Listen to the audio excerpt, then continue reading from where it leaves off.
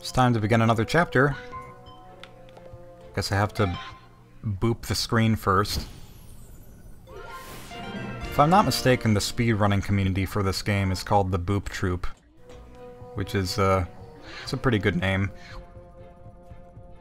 Now, I cannot enter this room without pointing out some of the things that you can do in it. Quantum harmonizer. No, that's not what I want. I want this.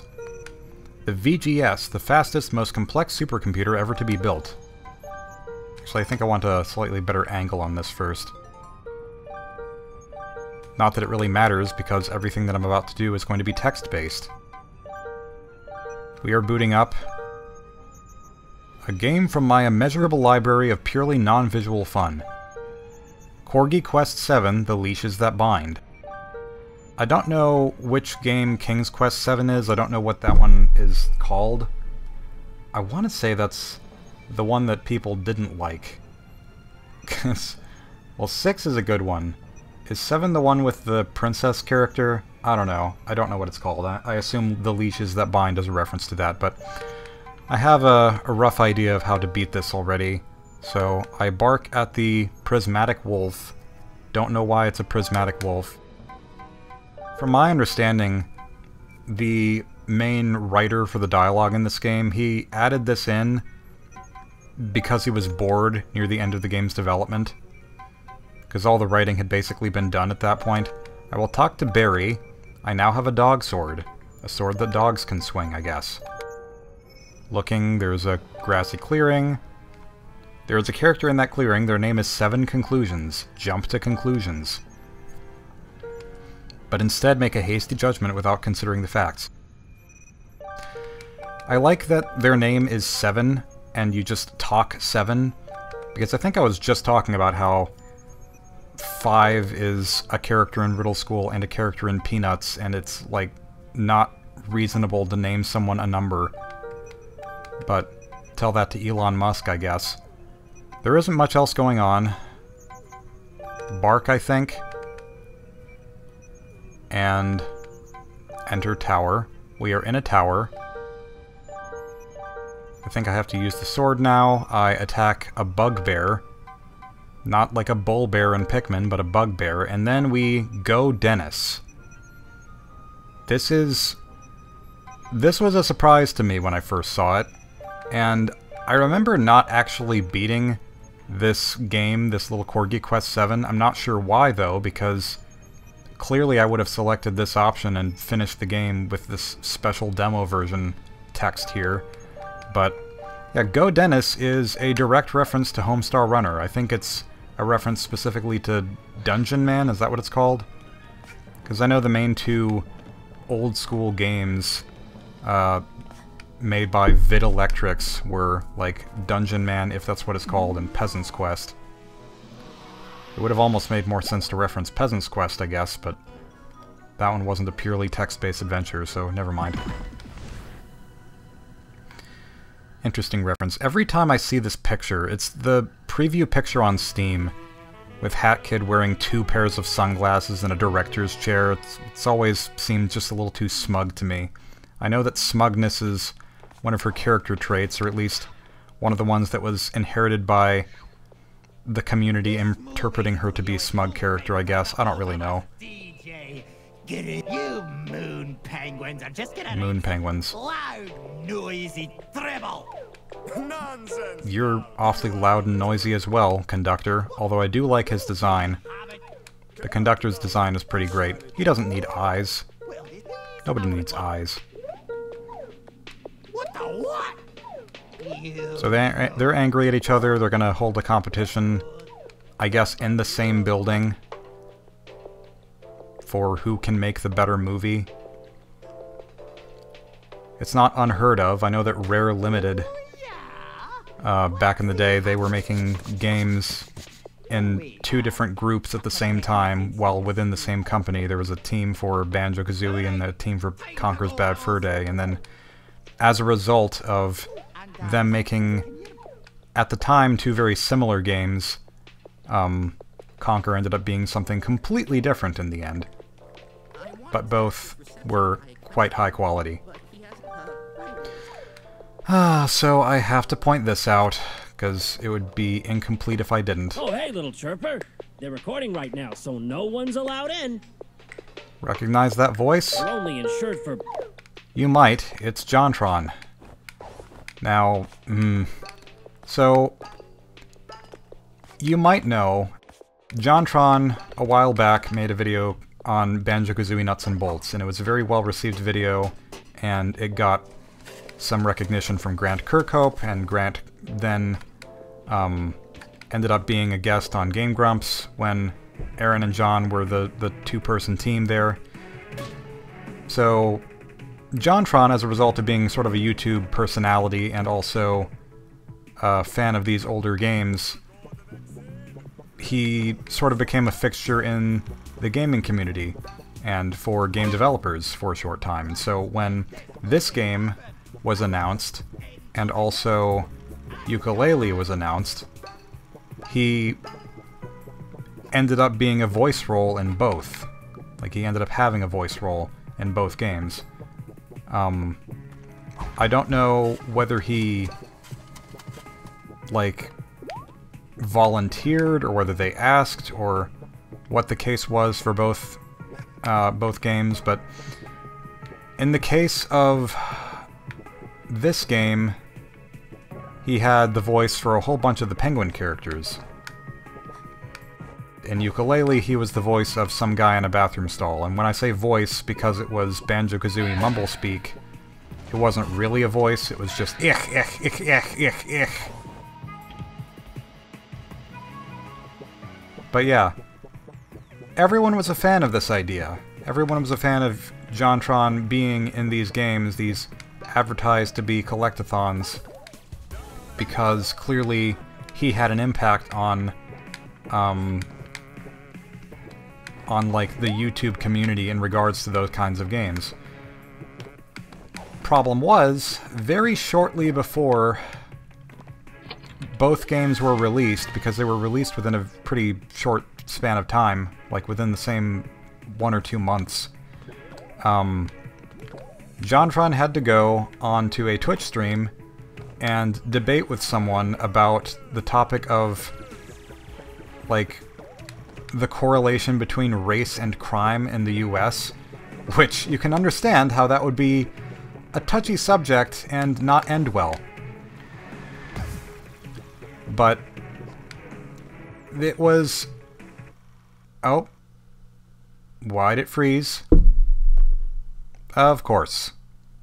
We'll get back to you on that in a moment. Alright, I'm back to where I was. I think this game just didn't want me talking about that controversy, or the Jontroversy, as a lot of people called it.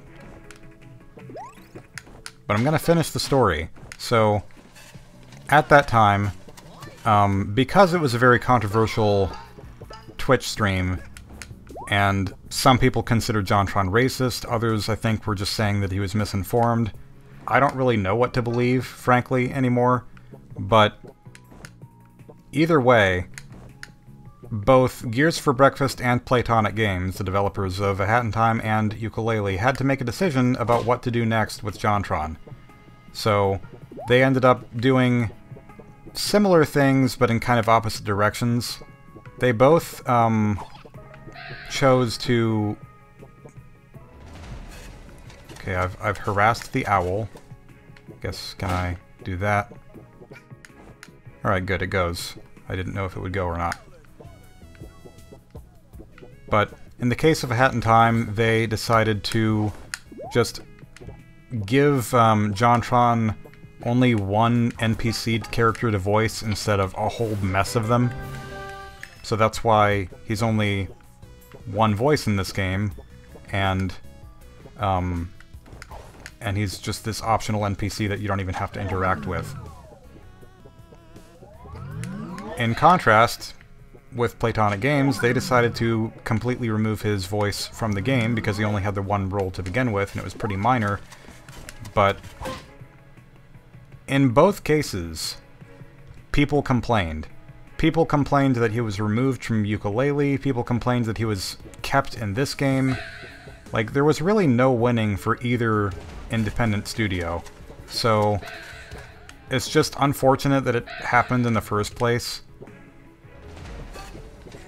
if I had to voice my opinion on, like, the end result of that whole situation, I would say, I prefer Jontron's voice acting in this game over the ek in Yooka-Laylee anyway, so I'm fine with his voice being replaced in that one. But I do kind of feel like his voice fit the penguins better than that one desk worker. Is this something that I'm not supposed to stand in? I'm gonna assume yes. It's kind of an interesting stealth section. You wouldn't really expect a game like this to have stealth. But there's a reasonable amount of variety from one chapter to the next in this game. I can appreciate it. It's, again, probably one of the things that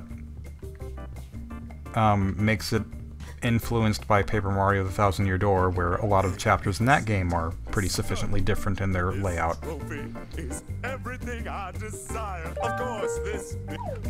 Alright, DJ Grooves, the character who is perhaps the most over-designed in the game. An innocent soul with a heart of gold. She radiates innocence. Oh no, it's just a little girl. Oh wait, you're not a penguin. That's good. Could use some non-penguin company around here. Well, okay. I need your help. This reminds me, the Oscars, the academy that does the judging for the Academy Awards, they are dramatically changing their, Hello? Oh. Okay, put on a... Don't move. I'm just interested in seeing what happens if I'm facing away from the camera when he takes the picture, because I'm pretty sure... Like, I assume that's something you can do. Hello? Let's see how... Darling! We've got to fix What does it look like? Okay, it just shows the front of her anyway. But yeah, you can change the picture if you want. I could spend a while on this, I'm sure. Okay, I'll figure out what to do with this. Yeah, I think that'll work. Perfect! Let's slide this picture into your passport, and here you go. One passport for you. Yeah, I think I could get a good 4 or 5 movies out of this. Wonderful, darling. I must admit, I have absolutely no clue what the last thing I was talking about was before that, because that took a little while. Just jump in and fiddle with the Oh yeah, now I remember. Academy Awards. They are, the Academy's getting a lot more diverse soon, which is nice. More fair treatment for voting on the different movies. Because people were saying that the Oscars are too white, and can't exactly disagree with that. I really have no idea where I am at on time for this episode, so if there's another small thing that I can do, I'll go for that. If not, then I guess we'll see.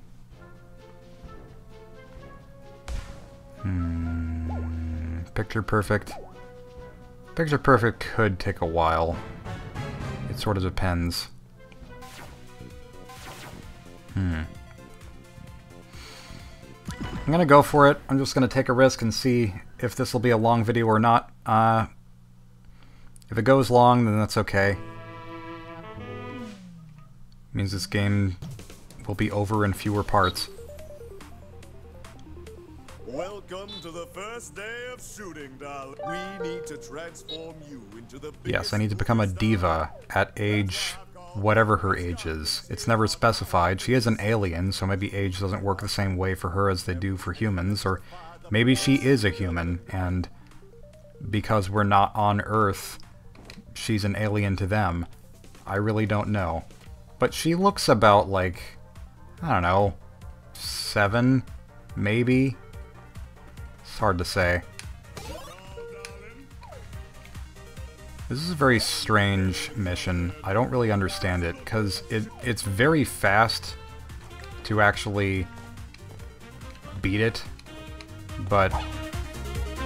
Look at that! She helped. This is to make sure you...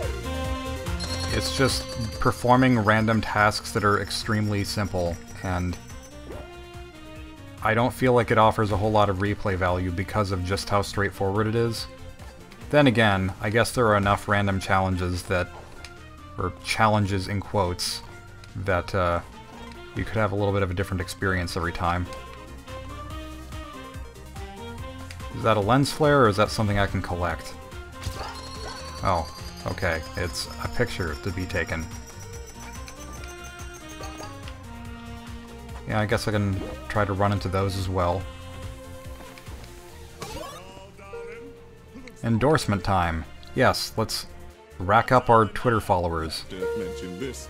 Cooking show hosts have a terrible track record of getting... Try not to use the P word, okay? Don't say peck. old fat. Hello, view. Now tell us, darling, what kind of... Peck. Darling! I mean, fellow viewers, look at the mouth on this young girl. Shoot. She is young. They outright say that she's young. How can you not just say peck? Come on, it's a swear word in this universe, apparently. Oh hey, it's you. I don't even think I talked to you before, but you're the guy who mentioned there being a camera in that other level, and I just... It feels great finally being here after all the... But that darn Steve from work sent me a postcard from this... Postcard from the sun. Okay. I mean, that's a nice hot place to have a vacation, I guess. Hey, some more... basically Super Mario Sunshine mechanics. All you penguins out there know my name. DJ Groove. Yep, we know your name. You certainly flaunt it enough. You just guess which number of card the other player... I don't know what happens if you say the wrong number here, so I'm gonna go 300. Wow, fantastic, incredible! The answer is indeed... Oh, well, I guess it took the 3 into account anyway, even though I added 2 zeros to it. That, or it's always correct no matter what you type in. Don't know. Take my picture. Her picture taking is getting a little bit more photogenic now.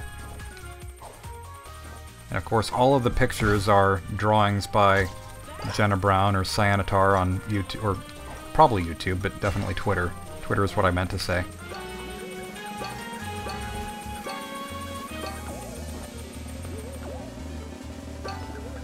I don't know if I'm going to get all these. We'll find out in a moment.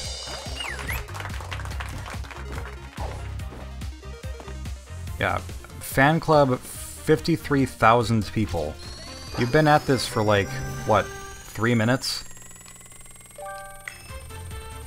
And now it is in the millions, apparently.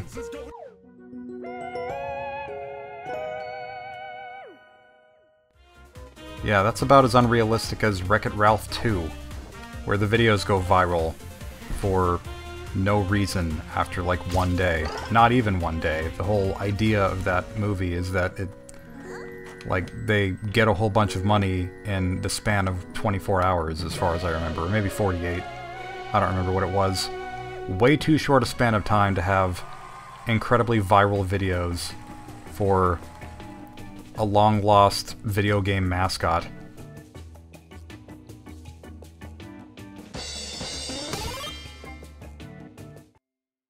The gimmick of this chapter, for the record, is you are the main actor in both directors' movies, and depending on how well you do with each of the directors, one of them wins in the end. That's why it's the Battle of the Birds.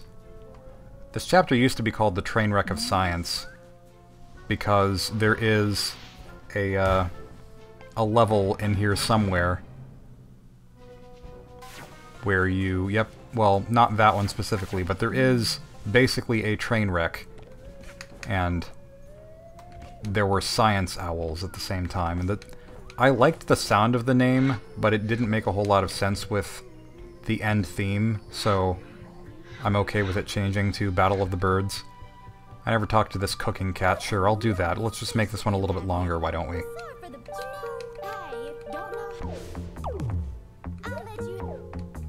Burger cushion.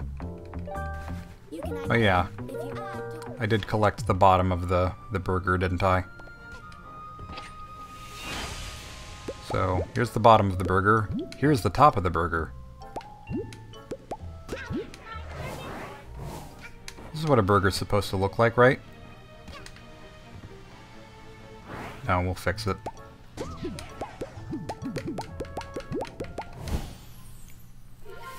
Now I have a burger cushion.